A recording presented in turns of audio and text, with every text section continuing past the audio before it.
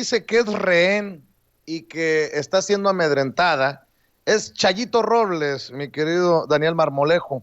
La exsecretaria de Desarrollo Social, Rosario Robles Berlanga, acusó que la Fiscalía General de la República la mantiene como rehén debido a que no ha aceptado colaborar. Señaló que no optará por recurrir a lo que llamó la falsa delación disfrazada de testigo colaborador. Eso sí, el sitio digital Político MX revela que documentos recién identificados muestran la doble estrategia que en cierto momento orquestó la ex secretaria de Desarrollo Social, Rosario Robles, pues habría ordenado a personal bajo su cargo en la SEDATU evitar suscribir convenios con entes públicos, mecanismo conocido como la estafa maestra y que fue utilizado durante su gestión para desviar millones de pesos del erario. Lo anterior le habría permitido en un inicio desviar 1.747 millones de pesos, pero dicho documento se dio luego de que en 2016 la Auditoría Superior de la Federación detectó irregularidades en la SEDATU por presuntos desvíos superiores a 1.747 millones de pesos debido al uso de tal mecanismo. Pues ni Blanca Palomita, ni víctima, Rosario Robles, creo que está clara de quién es y lo que trae entre manos mientras sigue en el penal de Santa Marta, Acatitla. Fíjate que la resistencia de Rosario Robles es envidiable, Vicente. Es una resistencia que se puso a prueba, aún atacando en su momento a su propio partido político que fue el PRD.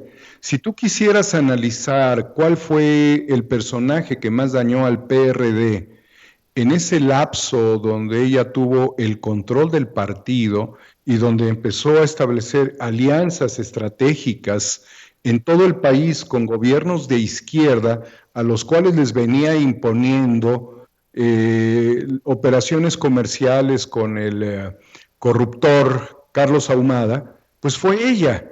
O sea, Rosario Robles no es una blanca paloma ni hoy, ni lo fue cuando estuvo en la izquierda, aunque tiene algunas características que son muy importantes de señalar, como es de antemano aguantar vara, si así pudiéramos utilizar este término.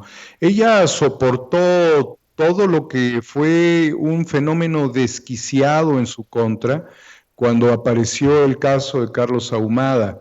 Intentó promover que se sentara a la mesa para negociar con el presidente, bueno, en ese momento era el jefe de gobierno de la Ciudad de México, Andrés Manuel López Obrador, quien era su amante, Carlos Ahumada, quien era verdaderamente un tipo nefasto. Después de que se fue a México, huyendo, después que llega a Argentina y demás, siguió cometiendo tropelías Carlos Ahumada.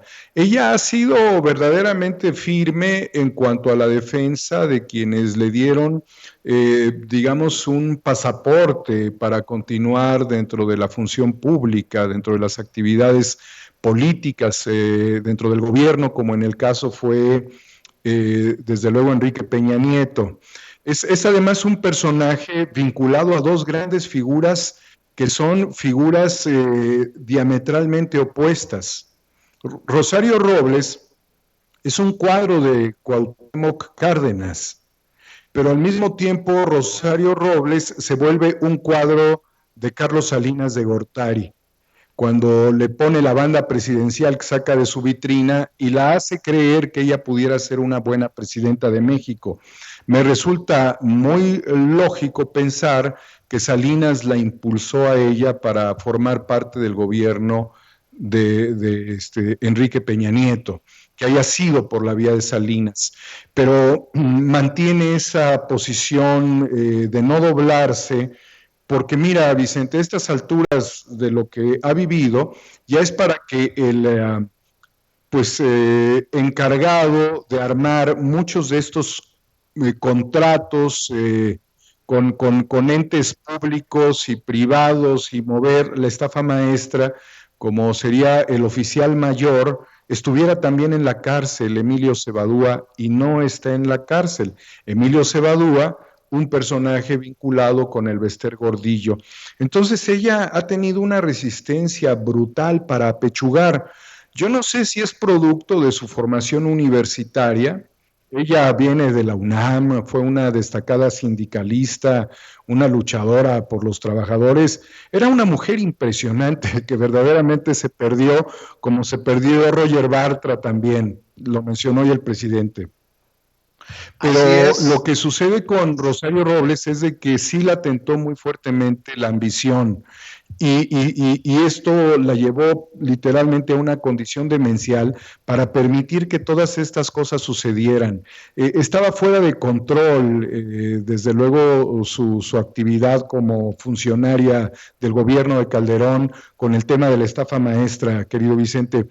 Pero ahora ve la diferencia con otro personaje que sale a despepitar desde un principio todo, que tiene una formación académica distinta en el ITAM.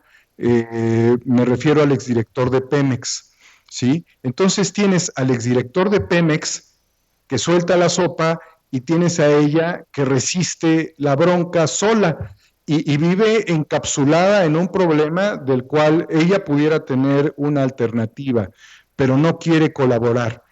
Mientras no colabore, pues yo veo que su situación no se va a mover mucho de la circunstancia en la que está, pero mientras tanto aprovecha la ocasión para hacerse ver como una mujer que es víctima del gobierno de la Cuarta Transformación. Yo creo, Vicente, que de todos modos las energías se agotan, el tiempo pasa. Quienes le ofrecieron protección, como fue Peña Nieto, que le dijo que no iba a pasar nada, no sé cuál fue el término, no lo recuerdo, el término que utilizó Peña Nieto para garantizarle una supuesta protección a Rosario, la verdad es de que se equivocó al darle esa garantía de blindaje. No está blindada, querido Vicente, y creo que Rosario pudiese tener una pena muy larga. Y bueno, convengamos ahora, Vicente, convengamos, porque también hay que entender que ella tiene cierto criterio racional. No le conviene permanecer así. O sea, si en verdad tiene que decir que Mid tenía las piernas más abiertas que todo el Estadio Azteca y que dejaba que estas cosas sucedieran, que Hacienda no le dio a ella elementos de control suficiente, que hubieron tantos operadores de la Universidad A, de la Universidad B, de la Universidad C, de los grupos de televisión de tal estado, que esto pasó en tal y cual lugar, si contribuyera a la articulación, creo que su pena pudiera ser menor. Pues ahí tienes el caso del hermano del Billy Álvarez, que pues por decirle al gobierno de México y concretamente a la fiscalía, más que al gobierno, a la fiscalía, decirle que había una operación de 23,000 millones en fideicomisos, fraudes sistémicos generalizados, pues el tipo está en libertad. Y yo creo que Rosario Robles pudiera apelar justamente a la razón para lograr su libertad. Querido Daniel, si me permites, déjame proponer cerrar